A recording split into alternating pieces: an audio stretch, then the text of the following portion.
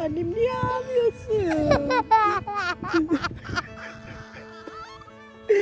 Annem niye ağlıyorsun?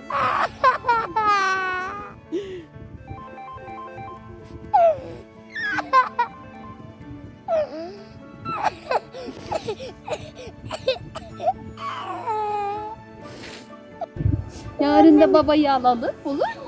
Babayı yarın neden alıyoruz? Çünkü bugün işte o, yarın çıkacak. Tamam. Anne. Ya, biraz daha dursa ikimiz azıcık kız kıza vakit geçirelim.